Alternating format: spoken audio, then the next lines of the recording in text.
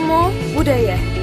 Hai Sobat Dharma, perkenalkan nama saya Cecilia, NIM 026 Prodi Manajemen Universitas Sumatera Utara.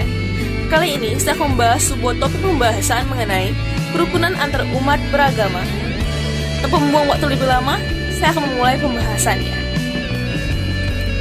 Pertanyaan pertama, apakah yang dimaksud dengan kerukunan?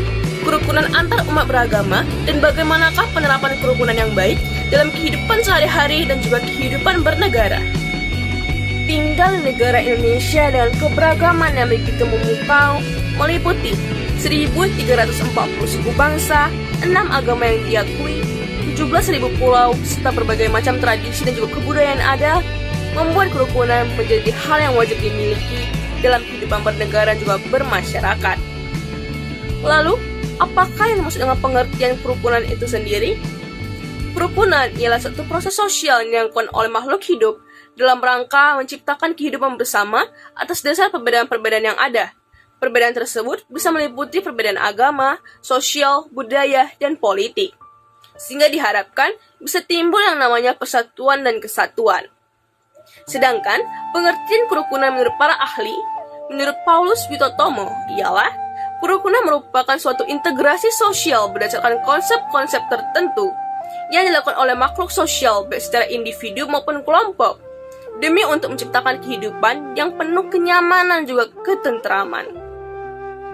Lebih lagi, kerukunan sendiri terbagi atas kerukunan secara horizontal dan kerukunan secara vertikal. Kerukunan secara horizontal ialah kerukunan yang sederajat, contohnya kerukunan antar warga negara. Sedangkan kerukunan secara vertikal ialah kerukunan yang bertingkat antara pihak warga negara dengan pihak pemerintah. Terlebih lagi, ada juga sikap-sikap yang bisa diterapkan demi untuk menjaga kerukunan dalam kehidupan bermasyarakat dan juga bernegara.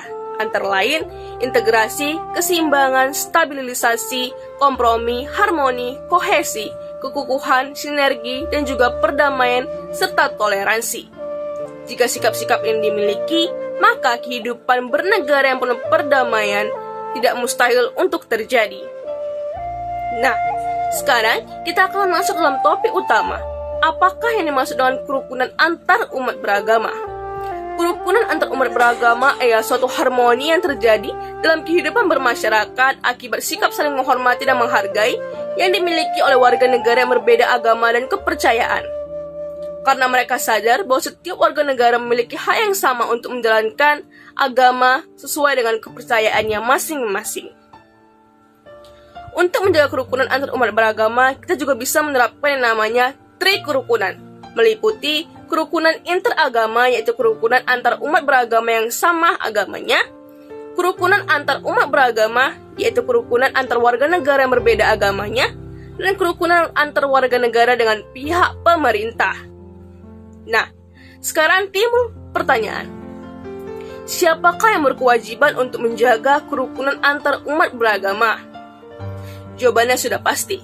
Saya, kamu, kita semua, dan juga pemerintah. Bila kita semua saling bergandeng tangan dan juga memiliki kesadaran bahwa negara kita yang penuh keberagaman ini harus memiliki sikap kerukunan, menghargai agama orang lain, dan barulah agama kita dan juga kepercayaan kita bisa dihargai orang lain, maka kerukunan antar umat beragama akan terjadi di Indonesia. Sertai sikap dan pemahaman bahwa ketika kita meremehkan ataupun merendahkan agama orang lain, pada dasarnya kita sedang menggali kuburan untuk kelestarian agama kita sendiri. Pertanyaan kedua, lalu bagaimanakah pandangan agama Buddha mengenai kerukunan itu sendiri dan penerapan kerukunan dalam agama Buddha itu sendiri? Berikut ini ialah beberapa syair Sang Buddha mengenai kerukunan. Dalam Metta Sutta, ibaratkan seorang ibu yang menyayangi putra tunggal dengan penuh cinta kasih, kembangkanlah cinta kasih pada semua makhluk tanpa batas.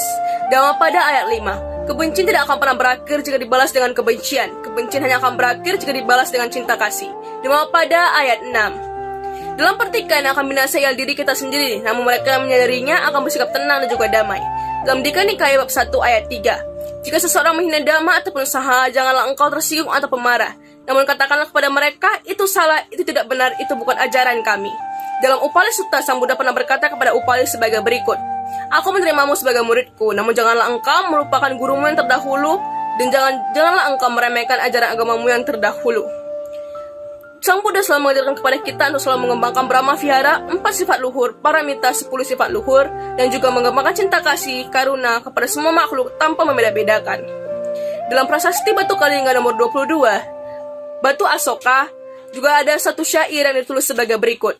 Jika engkau menghormati agamamu dengan cara mencelah atau meremehkan agama orang lain, ibarat kata engkau sedang menggali kuburan bagi keberlangsungan agamamu sendiri. Walaupun dalam agama Buddha ada aliran-aliran seperti Mahayana, Theravada, Vajrayana, dan juga Tantrayana, itu semua hanyalah perbedaan dalam cara tata cara upacara juga tradisi yang bercampur dengan agama Buddha karena berkembangnya agama Buddha di negara-negara yang berbeda. Namun intinya sama, ajaran Sang Buddha yang mengajarkan kita untuk bersama-sama mencapai nibbana dengan mengembangkan moralitas ataupun sila. Yang mengajarkan kita mengenai hukum karma, hukum tilakana, anicca, dukkha, anatta, dan juga 4 kebenaran mulia. Oleh karena itu, alangkah baiknya kita sebagai umat Buddha selalu menghargai perbedaan itu sendiri dengan menciptakan cinta kasih dan juga belas kasihan kepada semua makhluk tanpa batas, sehingga kita semua bisa menunjukkan kepada dunia bahwa ajaran Sang Buddha adalah ajaran yang penuh cinta kasih dan juga belas kasihan kepada semua makhluk, demi untuk menjaga keberlangsungan agama Buddha di masa mendatang. Demikian pemaparan materi dari saya Cecilia mengucapkan Anumodana.